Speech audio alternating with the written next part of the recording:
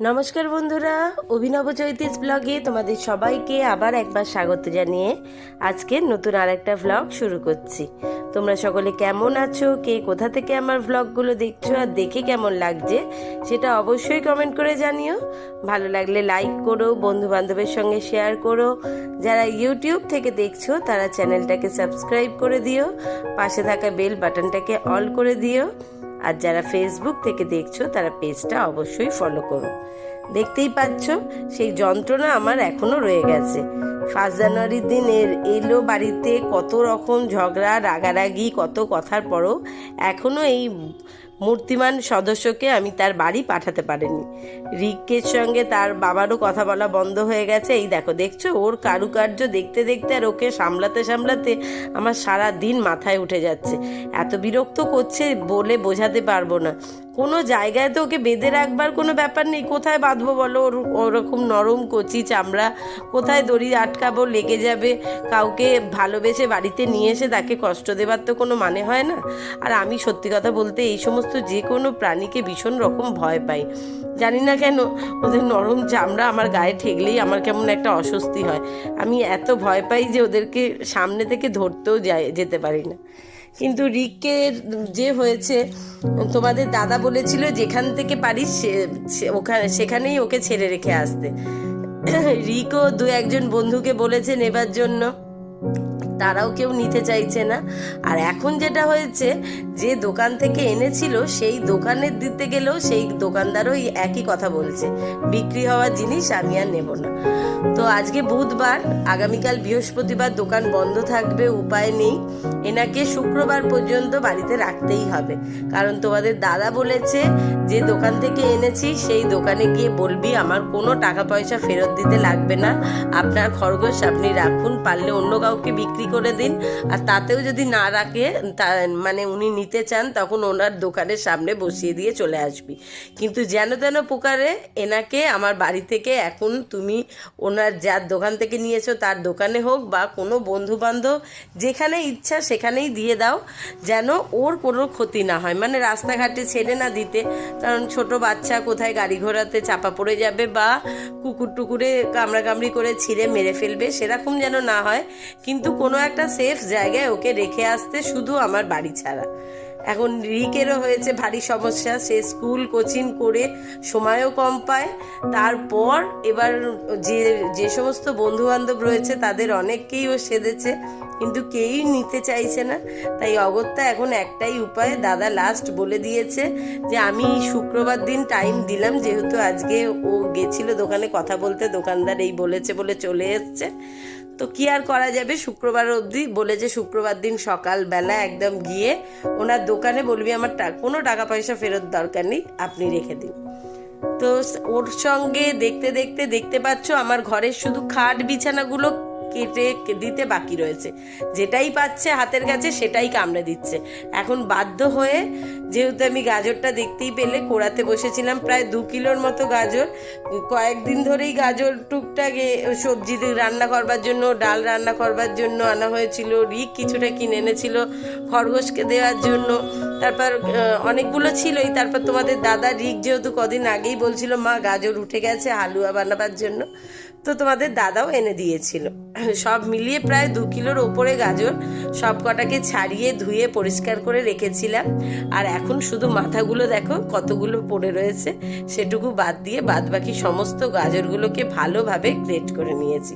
আর এই গ্রেটটা তখনই করতে পারলাম যখন রিক সেই মূর্তিবানকে নিয়ে একটা ঘরে ঢুকে গিয়ে বসেছে। কারণ কোনো জিনিস তার সামনে ফেলে রাখতে পারছি না। ফেলে রাখা তো দূরের কথা, এমনি থাকলেও কোথা থেকে দৌড়ে ঠিক এসে কিছু না কিছু কুটকুট করে কামড়ে দিয়ে পালিয়ে যাচ্ছে। আর এই গাজর তো তাদের ভীষণ প্রিয়। তো কি করা যাবে, এখন কিছু উপায় নেই। গাজর হোক, কপি পাতা, মূলো পাতা, শাক, রুটি, মানে যাই দেয়া হচ্ছে তাই দেখছি খেয়ে ফেলছে। সব থেকে বেশি যেটা ভয় রয়েছি, একটু তো বড় হয়েছে, লাফিয়ে সোফাতে উঠে পড়ছে। সোফারও একটা দিক তোমাদের পরে দেখাবো, সে কেটে দিয়েছে সোফার ওপরের কাপড়টা। আমি তো ভীষণ ভয় রয়েছি খাট বিছানা চাদর টাদর না কেটে দেয়। যদিও সেই রকমভাবেই সাবধানে রাখা হচ্ছে, কিন্তু কতক্ষণ আর চোখ দিয়ে বসে থাকা যায় বলো? একটুখানি চোখের থেকে দূরে সরে গেলে, চোখের বাইরে বেরিয়ে গেলেই কিছু না কিছু করছে। আর রিকের তো সময় নেই, ওই জন্য সে তো তার স্কুল কোচিং নিয়ে ব্যস্ত। যত যন্ত্রণা হয়েছে আমার। তো যাই হোক, মা ওদিকে রুটি সেঁকছে, কোনো রকমে দুপুরবেলা তরকারিটা করে রেখে দিয়েছি। আর এখন দেখতেই পাচ্ছ গাজরটা গ্রেট করে নিয়ে চলে এসেছি গাজরের হালুয়াটা বসাবো বলে। আজকে একটুখানি কিশমিশ কম, এই কাজু বাদাম কমই ছিল, তো একটুখানি কড়াতে ঘি দিয়ে কাজু বাদামগুলোকে প্রথমে ভেজে তুলে নিলাম। আর এবার কিছুটা কিশমিশ ভালো করে একটুখানি, ভালোভাবে না, একটু ঘিয়ে একটু নাড়াচাড়া করে মোটামুটি ভাজা হলে ভেজে তুলে রাখবো। কিশমিশ কিন্তু খুব বেশি ভাজা হয়ে গেলে বা একটু পুড়ে গেলে খেতে তিতকুটে লাগে, ভালো লাগে না, তাই একটু হালকা ভাজাটাই ভালো। মা ওদিকে রুটিটা রাত্রিরে সারছে, তরকারি তো বললাম আলুর দম করেই রেখেছি, এখন গাজরের হালুয়াটা করে নেবো ব্যাস। রাত্রিবেলা আর খাবার সময়তে গরম গরম ডিমের অমলেট হবে। কারণ রিক একটা যতক্ষণ নিয়ে বসে আছে ততক্ষণ ভালো, এই যে পায়ের কাছে ঘুরছে না, এতেও আমার ভীষণ রকম ভয় লাগে, কোথায় পায়ের ফাঁকে ঢুকে যাবে দেখতে পাবো না। আর বিশেষ করে গায়ে পা পড়ে গেলে ওর তো কষ্ট হবেই, আমি ভীষণ কামড়ে দেওয়ার ভয় পাই। তোমাদেরকে দেখাতে পারিনি, গতকালকেই আমার হয়েছে, পায়ে বারবার এদিক ওদিক করে দৌড়ে দৌড়ে চলে আসছে, তো সেই পাপোসটাই পায়ে ঠেকেছে, আমি মনে করেছি মনে হয় ও।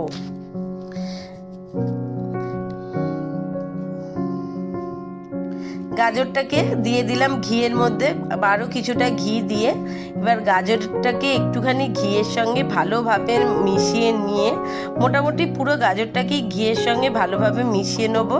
আর ওপর থেকে এখন দিয়ে দিচ্ছি স্বাদ মতো অল্প একটু সামান্য লবণ দিয়ে ঘিয়ের সঙ্গে গাজরটাকে একটু নাড়াচাড়া করে দুধ দিয়ে সেদ্ধ বসাবো। এই গাজরের হালুয়াটা খেতে কিন্তু ভীষণ ভালো হয়, করতেও এমন কিছু উপকরণ লাগে না, বিশেষ সময় লাগে না, কিন্তু খাবার মানে টেস্টই হয় ভীষণ। আর আমার এই গাজরের হালুয়ার কাস্টমারে কিন্তু প্রচুর। আমাকে তো রিক গত বছর বলেছিল যে মা, তোমার এই গাজরের হালুয়া যে যে খেয়েছে বা ওর বন্ধুবান্ধবরা যারা যারাই খেয়েছে তারা প্রত্যেকেই আবার একবার করে খাওয়াবার জন্য বলেছে। তো ছেলের বন্ধু মানে ছেলের মতনই, তাদেরকেও মাঝে মধ্যে করে টেরে খাওয়ানো হয়। তো সে আমাকে বলছে তুমি বরং এক কাজ করো মা, তুমি এই শীতে বরং শুধু গাজরের হালুয়ার জন্য একটা স্টল বসিয়ে দাও, প্রচুর কাস্টমার হবে। তো আমি বলছি যে সেটাই ভেবে দেখছি, এই যে গাজরের হালুয়া দিয়েই নতুন একটা বিজনেস খুলে ফেললে কেমন হয়। মোটামুটি গাজরের হালুয়া বা যে কোনো শীতের পাটিসাপটা, পিঠে, পোলাও, পোলাও না মালপোয়া, যেগুলো টুকটাক মিষ্টি বানাতে পারি আর মোটামুটি খেতে ঠিকঠাক হয়, তারই একটা দোকান দিয়ে দিই। বলছে হ্যাঁ মা, তাহলে তো ভীষণ ভালো হবে। কিন্তু আমি বললাম বাইরের কাস্টমার আসার আগেই তো আমার ঘরের কাস্টমার সব ফাঁকা করে দেবে, তখন হাসছে। যাই হোক, গাজরটা দেখলে ভালোভাবে একটুখানি ঘিয়ে নাড়াচাড়া করে মায়ের রুটিটা হয়ে গেছিলো বলে বড় গ্যাসে হালুয়াটা বসিয়ে দিলাম। আর এখন ওই যে ঘন মোটা যে লাল দুধটা হয় ফুল ফ্যাট ওলা, ওই দুধ প্রায় 750 মতো দিয়ে দিলাম। দিয়ে সেইটা দিয়েও, যদিও 750 দুধটা কম, এতে প্রায় 1 কিলো মতো দুধ দিলে ভালো হতো, গাজরটা অনেকটা বলে।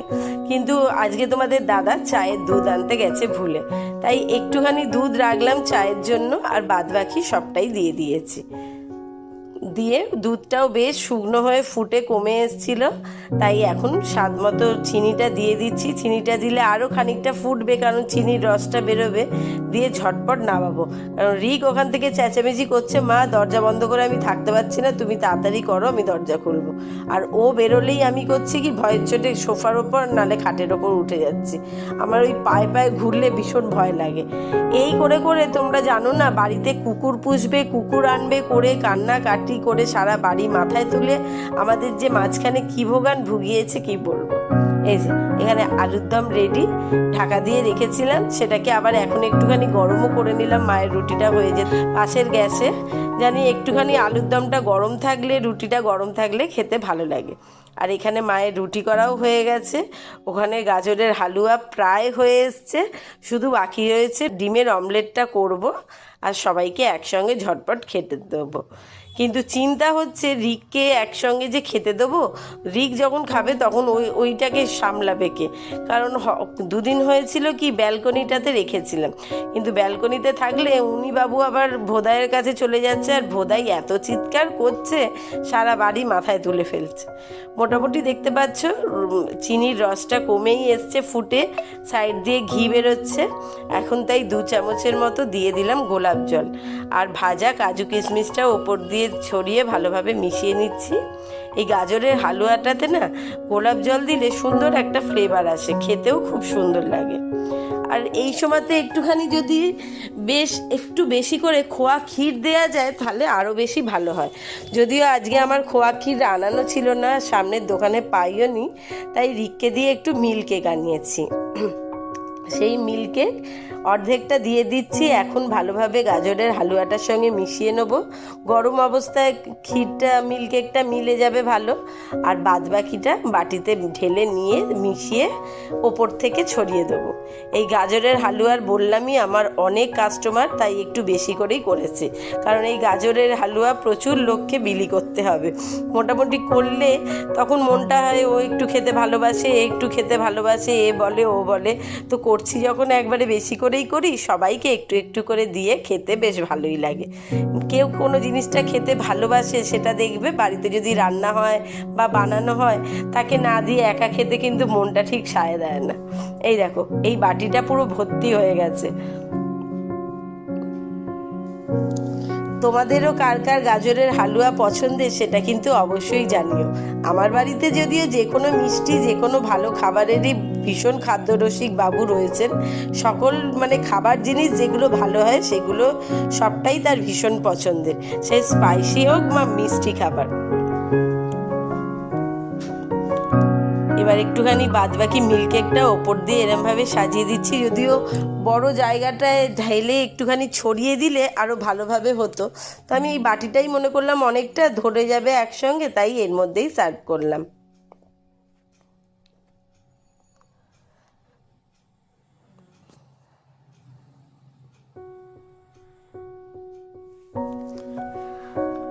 তো চলো, এবার রাত্রিরের রান্না তো হয়ে গেছে। ডিমের অমলেটটা করে ঝটপট সবাইকে খেতে দিয়ে নিজেরাও নিজেদের খাবার সেরে নিই। কিন্তু চিন্তা হচ্ছে যাকে, এই যে দৌড়ে চলে গেছিল, রুটির গামলাটা যেহেতু নিচে রাখা ছিল ওইখানে গিয়ে ঠোকাঠুকি করছিল, তাই জন্য তার জন্য একটুখানি রুটি ছিঁড়ে তাকে আগে রুটি দেখাতে দেখাতে এই বস্তার ওপর তুলে দিলাম। ও এখানে বসে খাক আর যা পারে করুক। চলো আমরা আমাদের ডিনারটা সেরে নিই। আর আজকের ব্লগটা এখানেই শেষ করছি। তোমাদের সবাইকে শুভরাত্রি জানিয়ে সকলে ভালো থেকো, সুস্থ থেকো। খুব শিগগিরই নতুন আর একটা ব্লগ নিয়ে ফিরে আসবো। এখনের মতো টাটা।